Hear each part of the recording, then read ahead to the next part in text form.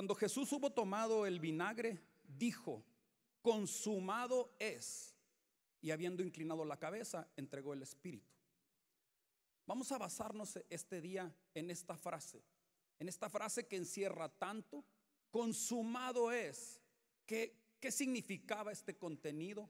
¿Por qué Jesús expresó esta frase que representa victoria, que representa triunfo, con un grito que lanzó al cielo y que creo en lo personal que fue escuchado en todas partes del mundo? Consumado es, dice la palabra. Y todos creo podemos entender y saber que la historia de la redención humana inició en la cruz. Inició en la cruz cuando el Hijo de Dios fue crucificado, fue juzgado aún siendo inocente, fue humillado, fue acusado de blasfemia, entre algunas otras cosas que tal vez, algunos otros cargos que le atribuyeron. Pero ahí inició la obra de la redención. Y un día antes de haber sido Cristo crucificado, se encontraba con sus discípulos, aún reunido con ellos, y en medio de una oración pronunció unas frases que siento que fueron muy difíciles de entender para los discípulos, así como batallaron tanto para entender cuando Jesús les hablaba de su muerte, de su crucifixión y de su resurrección. Los discípulos no pudieron comprender esta frase que en medio de una oración Jesucristo, en un clamor, al estar orando por él, externó al Padre. ¿Por qué? Porque eran frases que encerraban el contenido del cumplimiento de la obra de Jesús en la tierra y que daban inicio o daban paso a un tiempo de dolor y de sacrificio que Jesús estaba por vivir. Y estas palabras se encuentran en Juan capítulo 17 verso 4. En Juan capítulo 17 verso 4, estando orando, Jesús dijo: yo te he glorificado en la tierra, he acabado la obra que me diste que hiciera. Jesús estaba declarando su cumplimiento, el cumplimiento de todo lo que el Padre le había encargado de hacer en la tierra, pero a través de ello también sabía lo que le esperaba. Sabía que para él venía la cruz. Pero después de terminar esta oración por él y de orar por los discípulos y de orar también por los creyentes, de ahí se fue al Getsemaní.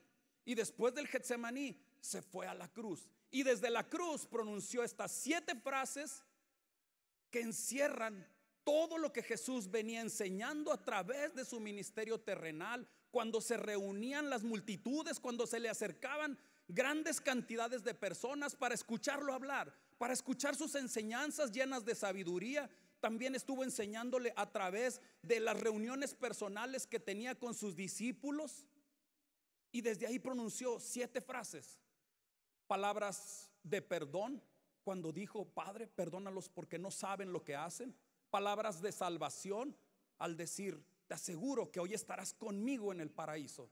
Palabras de relación cuando externó: mujer, ahí tienes a tu hijo. Y volteando con el discípulo le dijo: ahí tienes a tu madre. Palabras de abandono cuando dijo: Dios mío, ¿por qué me has abandonado?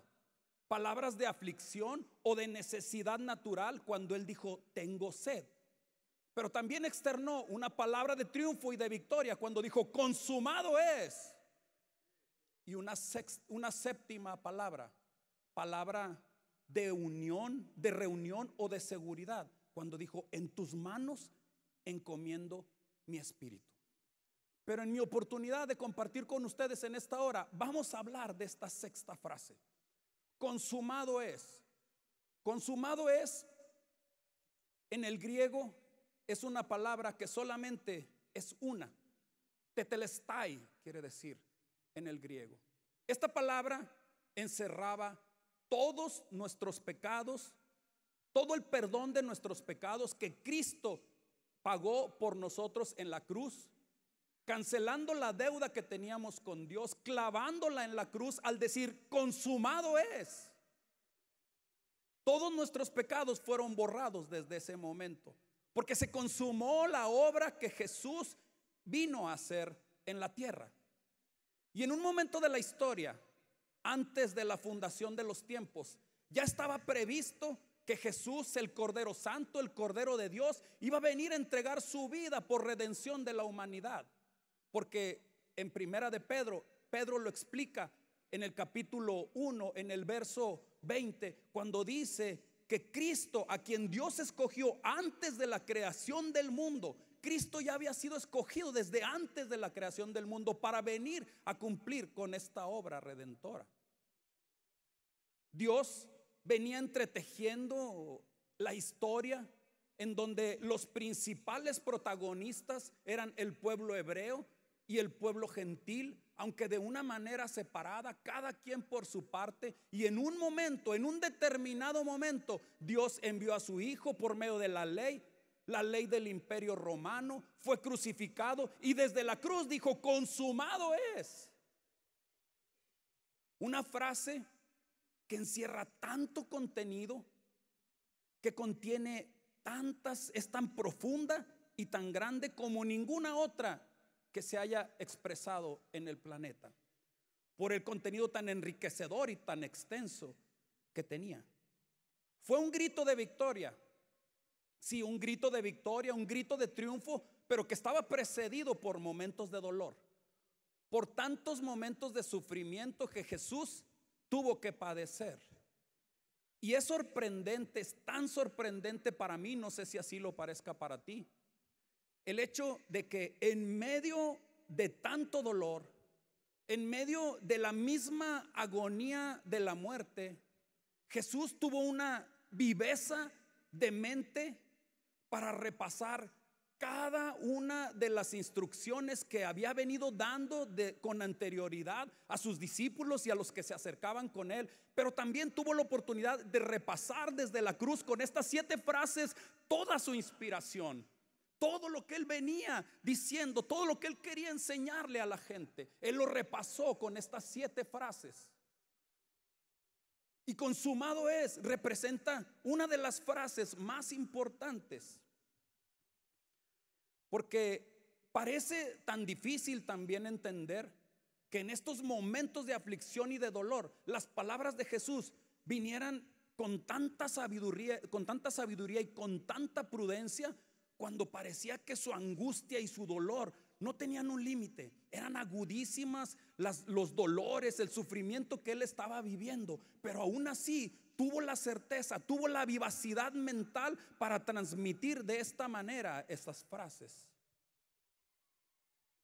Tal vez pueda parecer muy difícil entenderlo, tal vez pueda parecer muy difícil comprenderlo, y no es mi intención que lo hagamos, no es mi intención que podamos entender por qué Jesús hizo eso. Si es el Rey del universo, yo sé que Él puede hacer todo y puede hacer lo que Él quiera en todo momento. Pero si nos ponemos a pensar un poco e investigar, yo llegué a la conclusión y me di cuenta de esto leyendo algunas cosas. Las personas que han estado a punto de ahogarse y que son rescatadas, externan que en esos momentos de dolor y de angustia, su mente tiene una reacción muy especial, que su historia les pasa en un instante. La historia de su vida les pasa en un instante, cuando para ellos este tiempo de ver la muerte tan cerca lo evalúan como si fuera una eternidad, aunque haya sido solamente un instante o 2 instantes. Y se cree que Jesús en este tiempo tuvo que soportar, en este tiempo de la cruz, en 2 o 3 horas, no solo la agonía que podía haber sido contenida en siglos, sino inclusive un equivalente a lo que representa el castigo eterno. Eso fue lo que hizo Jesús en la cruz. Soportó el castigo eterno por tus pecados, por mis pecados. Charles Spurgeon, en el siglo XIX, dijo que esta frase para él representaba esto. Para él es un océano de significado en una gota de lenguaje. Un océano de significado por lo que contenía. Porque cuando Cristo dijo consumado es, Él estaba declarando algo que tendría un efecto permanente en los pecados del pasado, del presente y del futuro.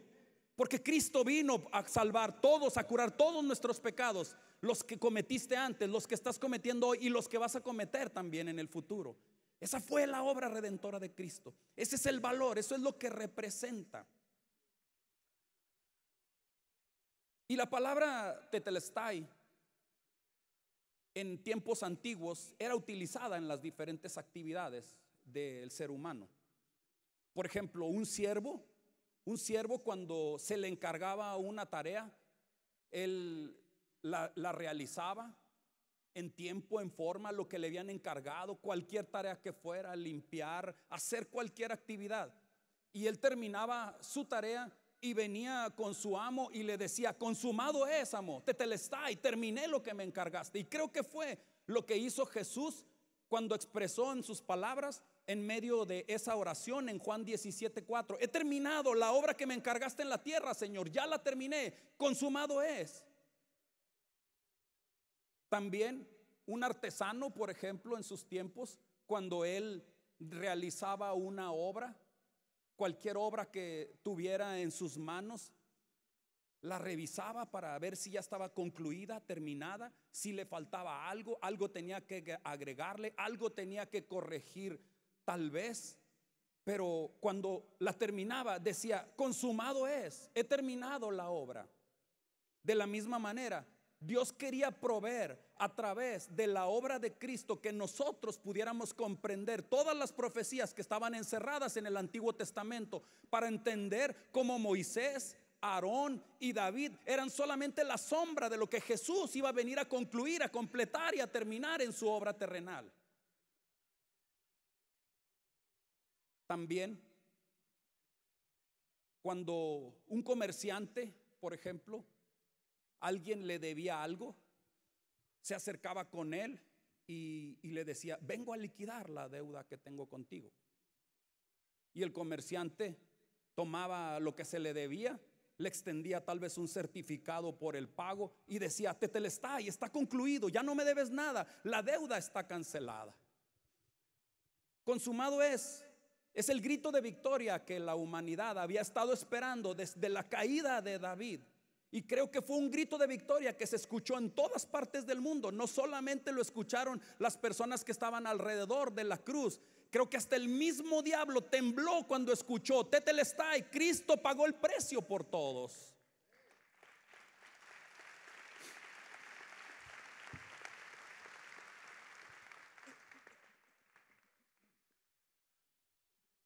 Y el Salmo 22 es una visión profética de lo que Cristo iba a tener que padecer en la cruz. Y me gustaría que pusiéramos un especial énfasis en el verso número 6 solamente. Vamos a leer el verso número 6 del Salmo 22. Dice así: mas yo soy gusano y no hombre, oprobio de los hombres y despreciado del pueblo. Fíjense el calificativo que Jesús se puso en esta visión profética: soy gusano. Y la palabra gusano en el hebreo, en la Biblia, es rima con doble M y con H al final. Pero en el verso 2 no es rima, en el verso 2 es tolat, que significa gusano rojo. Y este gusano rojo se encuentra solamente en Israel y nos muestra grandes verdades de la obra redentora de Cristo. Y vamos a ver algunas de estas verdades. Una de ellas es esta: este gusano era de color rojo carmesí. Parecía como si alguien lo hubiera lastimado, parecía como si alguien lo hubiera golpeado y estaba bañado en su propia sangre. De la misma manera se asemeja a la obra de Cristo. Después de padecer tanto sufrimiento, tantos golpes, tantas humillaciones, quedó bañado en su sangre carmesí. También la hembra de estos gusanos, cuando va a dar a luz a uno de sus hijos, sube a un árbol, ahí da a luz a sus hijos y muere. Sabe que va a morir, pero de todos modos sube al árbol De la misma forma, voluntariamente, Cristo entregó su vida en un madero y voluntariamente subió a la cruz para liberar a sus hijos del castigo eterno, del pecado que nos esperaba a todos. Esta hembra de gusano, después de que da luz y muere, sirve de alimento para sus crías. Y fíjate lo que dice en Juan 6, versos 54 y 56. Dice: el que come mi carne y bebe mi sangre tiene vida eterna, y yo lo resucitaré en el día postrero. Porque mi carne es verdadera comida y mi sangre es verdadera bebida. El que come mi carne y bebe mi sangre, en mí permanece y yo en él. Y por último, la última característica de este gusano: el gusano macho, cuando muere, a los 4 días de que muere, pierde su color característico del rojo carmesí y se convierte en blanco como la nieve o como la lana.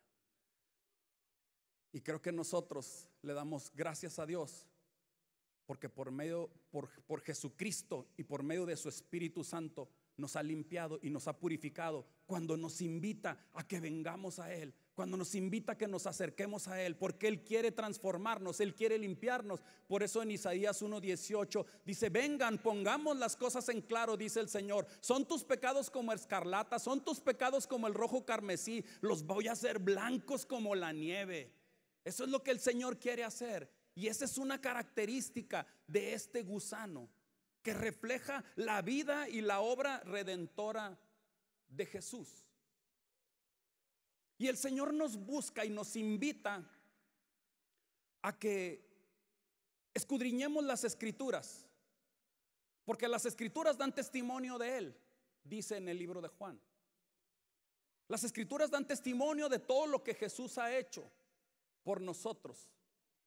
Y recuerden una cosa: Jesús fue el que hizo a ese gusano rojo. Él lo hizo y le dio todos los atributos para que nosotros pudiéramos entender y comprender más su obra redentora. Por esto, porque recuerden que todas las cosas son hechas por Él y para Él solamente. Él fue el que creó todas las cosas.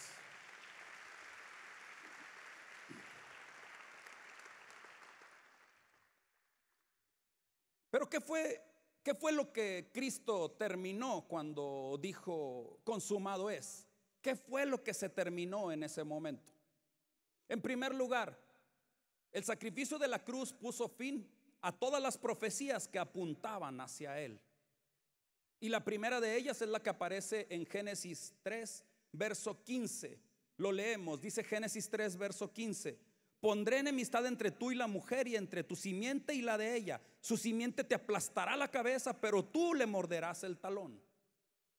La simiente de la mujer, o sea, Jesús, aplastó la cabeza del diablo y lo derrotó en la cruz, porque en la cruz Cristo desarmó a los poderes de las tinieblas. Satanás es un enemigo derrotado y no podemos permitirnos como creyentes seguir siendo engañados por las mentiras del diablo que quieren atemorizarnos y que quieren paralizarnos.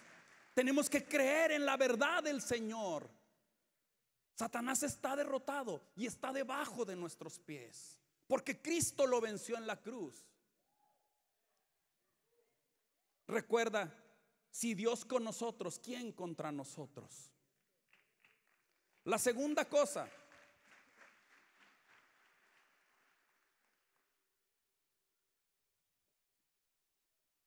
también terminaron los sacrificios del Antiguo Testamento que se hacían en el templo.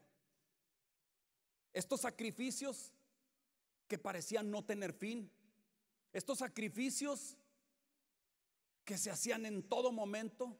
La gente no terminaba de presentar sus ofrendas, su animal, su cordero, su palomino, lo que tenían que llevar al sacerdote para sacrificarlo por el pecado de cada uno de ellos, por el pecado del pueblo. parecía no terminar. Y yo quiero imaginarme la humareda que se levantaba en aquellos tiempos alrededor del templo por tanto sacrificio. Creo que hasta la distancia se podía ver esa humareda grande y ese olor que se despedía constantemente a carne quemada o carne asada, tal vez. Si alguien fuera de Monterrey, así como yo creo que diría: carne asada, eso está bien, que continúe. Pero el sacerdote no tenía descanso. Los sacerdotes no descansaban porque constantemente había que hacer sacrificios. Parecía que nunca iba a terminar esto.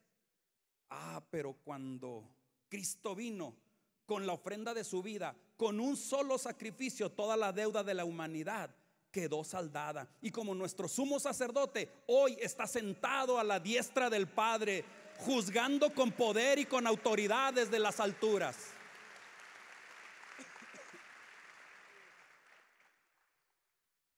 Porque Él dijo: consumado es, todo está terminado.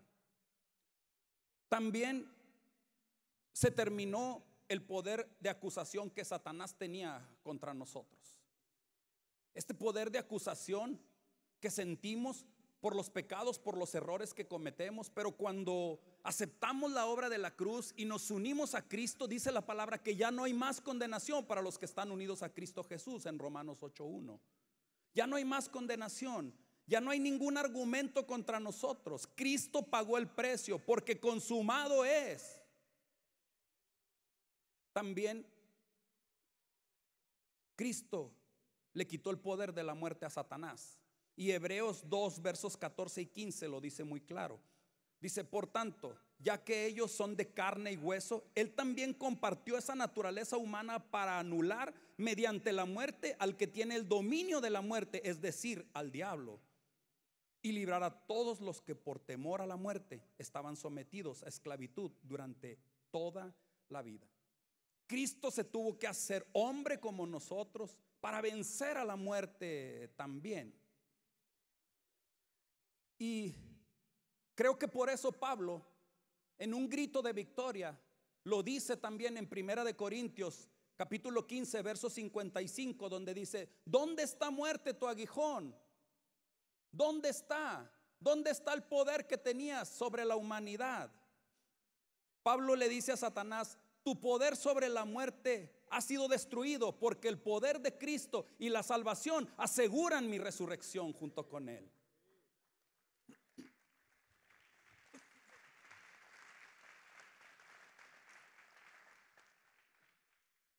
También terminó el pacto de la ley. En Hebreos 8:13 lo declara. Dice: al llamar nuevo a este pacto, ha declarado obsoleto al anterior, que se vuelve, y lo que se vuelve obsoleto y envejece ya está por desaparecer. Entonces, el nuevo pacto en la sangre hizo obsoleta la ley que nadie podía cumplir. Y fíjense lo que dice Colosenses 2, 13 y 14 de lo que Jesús hizo con la ley. Dice: y a vosotros, estando muertos en pecados y en la incircuncisión de vuestra carne, os dio vida juntamente con Él, perdonándoos todos los pecados, anulando el acta de los decretos que había contra nosotros, que nos era contraria, quitándola de en medio y clavándola en la cruz. Eso fue lo que hizo Jesús con la ley. La agarró y la clavó en la cruz. Y esto es más que el final. Esto es un gran comienzo. Esto es un gran inicio. El consumado es el reconocer que la obra de Cristo es completa, la obra de Cristo es perfecta. Y podemos decir: ¿y por qué en una cruz? ¿Por qué un sacrificio tan grande? ¿Por qué un sacrificio que pareció tan doloroso?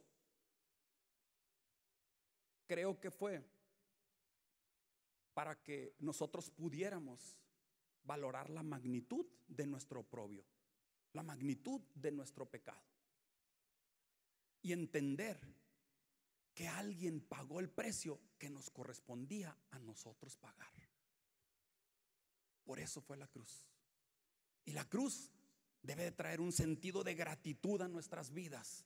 Estar agradecidos con Dios, porque en su infinito amor Él decidió darnos de su gracia, perdonarnos, enviar a su Hijo a morir crucificado. También la cruz sirvió para calmar o aplacar la ira de Dios. La ira de Dios que se había despertado producto de la depravación del hombre después de la caída. Pero esto vino a ayudar también para que nosotros pudiéramos empezar una relación con Dios a través del nuevo pacto, por medio de la sangre de Cristo, a través de su gracia. La cruz fue necesaria también para que Dios demostrara su amor por nosotros. Porque recuerden, porque de tal manera amó Dios al mundo, que envió a su Hijo a crucificarlo en una cruz, para morir por tus pecados y por míos, para que pudiéramos creer, para que no nos perdiéramos. Demostró Dios su amor entregando a su Hijo más preciado. Y la cruz nos sirve también para liberarnos de la culpa. Esta culpa que a muchos de nosotros nos alcanza por todos los errores cometidos del pasado, por el pecado que sentimos que no nos deja, que en todo momento nos alcanza. Y déjame te digo una cosa, como responsable de cierta área de consejería en la iglesia, yo puedo entender y puedo concluir que la mayoría de las personas que solicitan consejería es motivada por un grado muy alto de culpabilidad, por haber desatendido la relación, por haber menospreciado a tu esposo, por haber menospreciado a tu esposa y que provocó un divorcio, por haber descuidado a un hijo y que ahorita está inmerso en las drogas, por haber abortado una vida que se estaba gestando en tu vientre, por haber descuidado todo lo que Dios te había dado en una bendición familiar y lo dejaste todo por engañar a tu esposa. Pero recuerda, solamente en la cruz hay libertad. Solamente en la cruz de Cristo esa culpa se termina. Acerquémonos a la cruz. Acerquémonos a la cruz. Esa es la fuente de nuestra vida. Esa es la fuente de nuestra esperanza.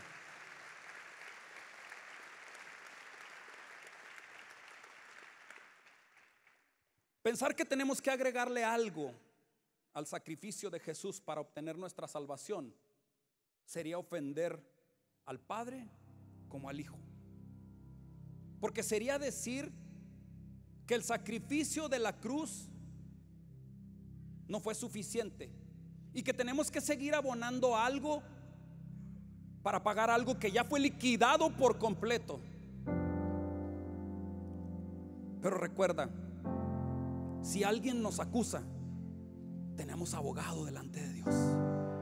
Jesús se levantará en todo momento y dirá: hey, yo pagué el precio por Pedro, yo pagué el precio por Arturo, yo pagué el precio por Esther, yo pagué el precio por María, yo pagué el precio por todos.